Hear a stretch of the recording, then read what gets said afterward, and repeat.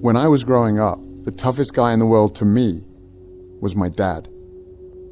He taught me the value of self-defense and was always there to help me when I got into trouble. But now, he was the one who needed help. You had a heart attack? Correct. Had you had much in the way of symptoms prior to this episode? No, never before. After my dad got out of the hospital following emergency heart surgery, we got on a Skype call with Dr. Caldwell Esselstyn, an internationally renowned heart disease researcher from the Cleveland Clinic. Always been, I think, very fit. So somewhat of a surprise. Well, no, not a surprise. In all of Western civilization, there is nothing more common than coronary artery heart disease. And that is because of the foods that most people eat every day. Do you happen to recall into which of your arteries did they place the stent? Was it into the left anterior descending or the right? After seeing how much a single animal-based meal can affect healthy young athletes, I couldn't help but wonder what a lifetime of these foods might have done to my father's heart. In all of our studies, we found the same thing. These same biological mechanisms that affect performance also affect our health. Chronic inflammation, oxidative stress, and endothelial function. When you eat animal products, you start to form plaques in the coronary arteries. Plaque formation in the arteries doesn't just limit the function of the arteries, it can also block the blood flow, and that's when the heart starts to have some real problems keeping up with the demands of the body. In terms of heart disease, oftentimes there's confusion. People think that, well, I don't eat red meat, so I'm okay. We know that it's more complicated than that. It's not just red meat. It's not just the fat. For nearly 50 years, we were told that the primary cause of heart disease was saturated fat and cholesterol, and that leaner meats, lower fat dairy products, and egg whites were the solution. But the research now shows that the other inflammatory compounds in animal foods, like those that can impair athletic recovery, also play a significant role in the development of heart disease. We're going to do a whole lot better by just getting rid of the animal products. And there are really good biochemical reasons for that. Heme iron is one of them, for example. Heme iron is from an animal source, right? So most commonly you think red meat, even though poultry have it, fish has it. They did a meta-analysis looking over 6 prospective dietary studies, over 130,000 patients.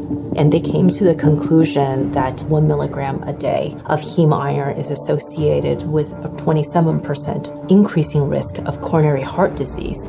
To put that in perspective, an average hamburger patty has about 2 to 3 milligrams. And it isn't just the iron in animal foods that can cause problems. It's actually the animal protein itself. It's not just red meat, not just chicken, not just eggs, not just milk. It's the ingestion of any animal protein. At that moment in time, a process begins at a chemical level inside the body.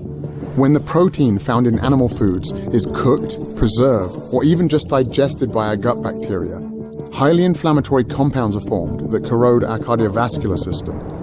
This helps explain why people who get all of their protein from plants reduce their risk of heart disease by 55%. It would also help explain why the only diet that has ever been shown to actually reverse heart disease is a plant-based one. What we found is that in the first month, there was improvement in blood flow, and the heart began to pump blood more normally. After a year, even severely clogged coronary arteries became measurably less clogged, and even more improvement after 5 years. But in the randomized control group, who were doing just what their doctors told them to do at the time, less red meat, more fish and chicken, little exercise, and so on, their arteries got more clogged after 1 year, and even more clogged after 5 years.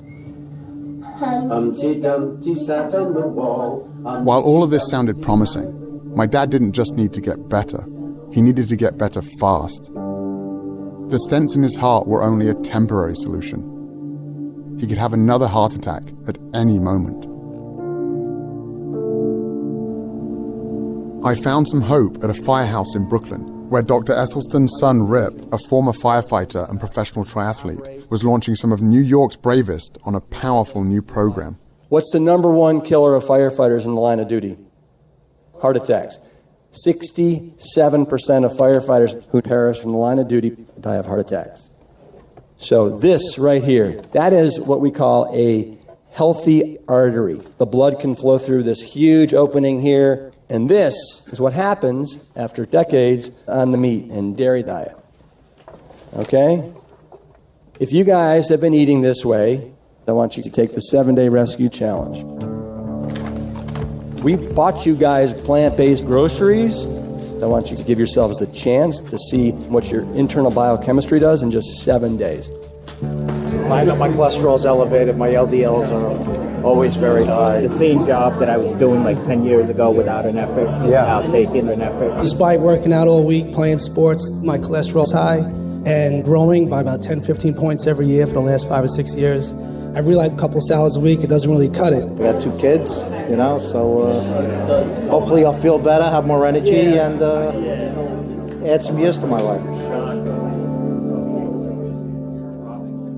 I went to see if I could get my dad to make these same changes to his diet as soon as possible. Well, what are you suggesting? Well, let's do the shopping. Tomatoes, cucumber, we have hummus dips. But my dad can be a little stubborn, Soya yogurt, and that's about it, I think. so I wasn't feeling that hopeful. We'll just drink tea. I come from a town called Melton Mowbray, known in England as the rural capital of food. It's the home of Stilton cheese and the world-famous Melton Mowbray pork pie. The pace of change here is very slow. And my dad, like most of us, is a product of where he grew up. I just couldn't imagine someone as set in his ways as my father making such a big switch. On the top there, worth another 20 quid. Here's 50 quid a lot. Until I got home and went back to the gym. You push me? Oh, here. I've spent years working out with Lucius Smith. He was a cornerback in the NFL, has a black belt in jiu-jitsu, and was my strength and conditioning coach. That's it. More arms. I told Lou about the research I'd been doing and what happened to my dad.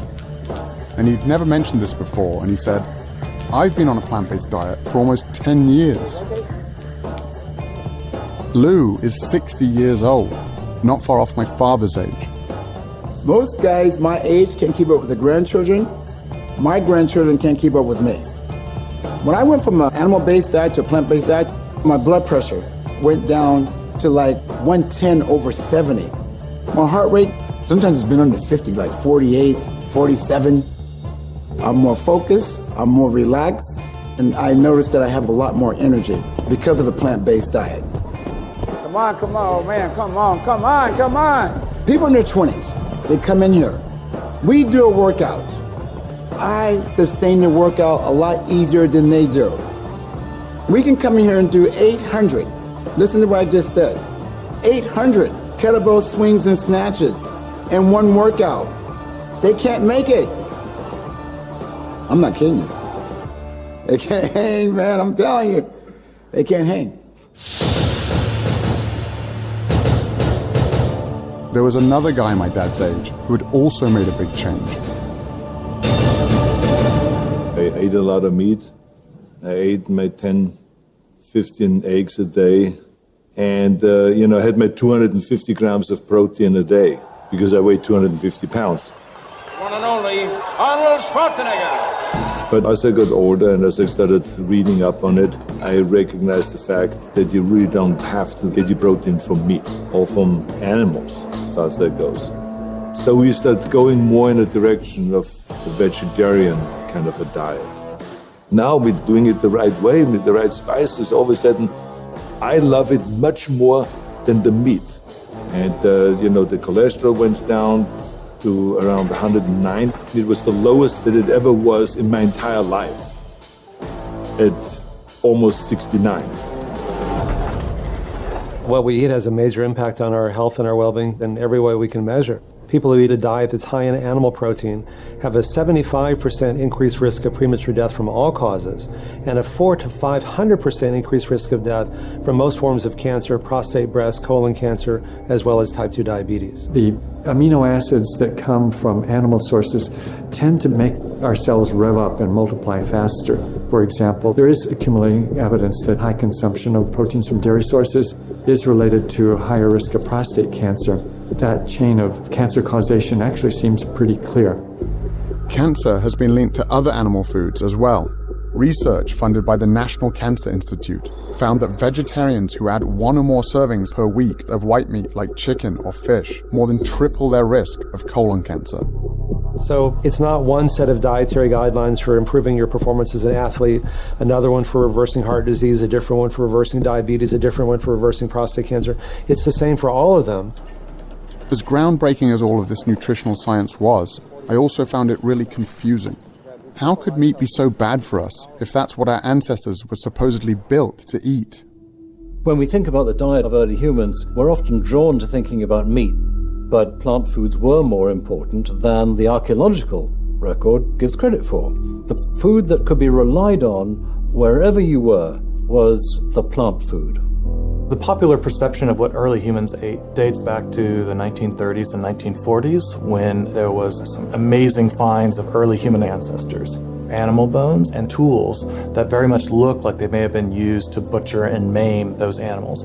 So very early on, we had this notion that meat had a disproportionately larger role in the diet of early human ancestors than it actually did.